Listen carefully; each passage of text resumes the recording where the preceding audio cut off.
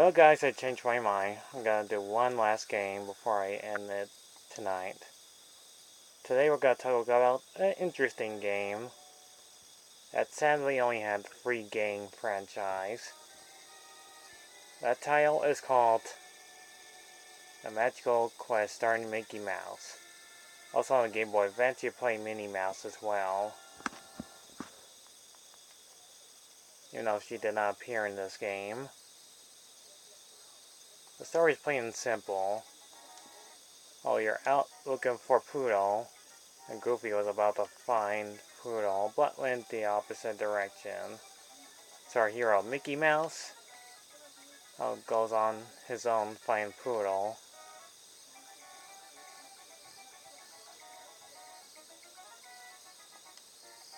But ends up in a strange world. And there's like 6 stages, well 7 stages of the game. And Mickey has the ability to spin tomatoes with propellers. You can jump in, spin enemies around, and collect coins to buy stuff. You get introduced by the wizard.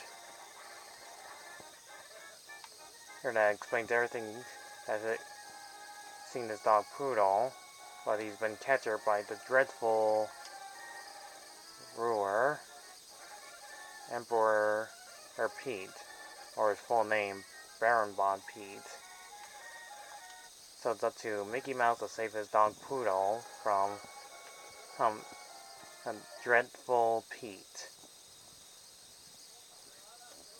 Not to mention this game's already been reviewed by lots of people, and lots of people play the game. And like any type of video game, let me skip this commercial. Oh, I don't care about. But I do care about talking about this game. Anyways, this game is plain simple. You can jump on enemies, grab the enemies and spin them around, grab some blocks to throw at enemies. I always love this game because it's awesome, and so is the music. Also, the flying enemy already reminds me of that other flying bad guy from Ghosts and Goblins, which I mistakenly called Ghosts and Ghouls. I was thinking about another game called that.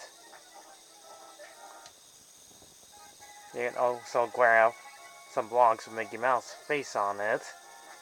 Once with the hooks, and you'll get unlimited supplies of apples for health.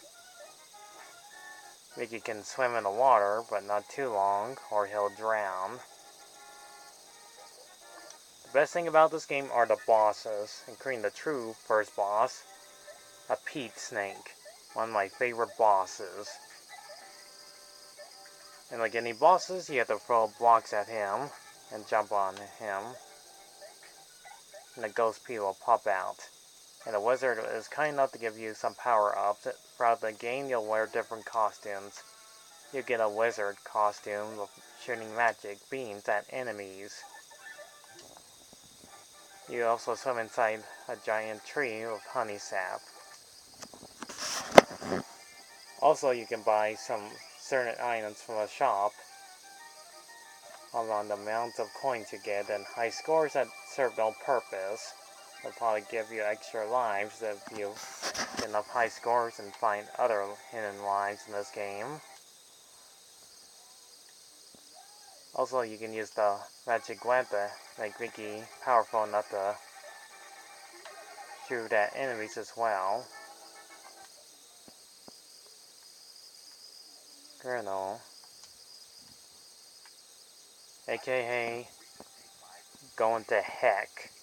Mickey's going to heck. I'm trying not to swear in this delightful kids game. The next costume you unlock is a fireman suit that put out fire since you're underground, with fire everywhere. The platforms everywhere. A fire boss, which is pretty simple. and Goofy randomly shows up out of nowhere, giving you a climbing outfit to make Mickey Mouse climb sides and grab bad guys' shields, leaving them defenseless. You can also grab little enemies and throw them on the side. It's pretty fun.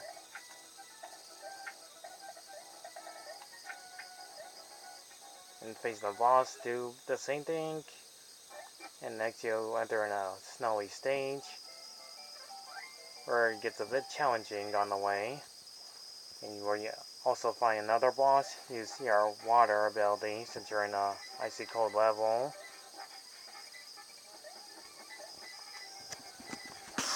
And jump here and there, jump on those ice platforms to switch your way to the stage. Oh yeah, not to mention there's a time limit, and what you have to hurry before time runs out, you'll lose a life. Lose all your lives, you will probably still get to continue in this game. Anyways, the final stage will get it to be more challenging, more platforming, more enemies to fight off, and you are using your magic powers to make the magic carpet fly, and fight more enemies, and most likely refine some of the bosses, kind of like Mega Man. And this game is actually pretty cool. And I almost forgot to mention the music is awesome, and the graphics look pretty good for a game that came out in 1992.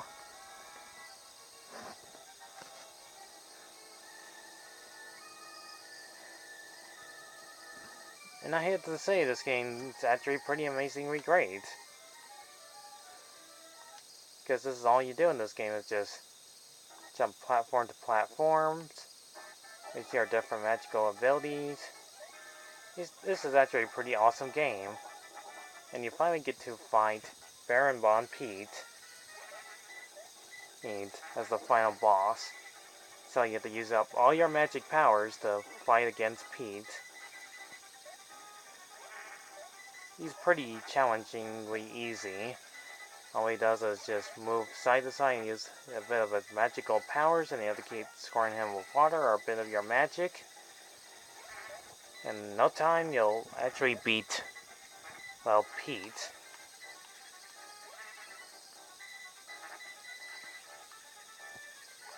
And like any type of boss, he'll turn red, which means he's getting close to the end, finishing off. And like that, you have been the most easiest game out there.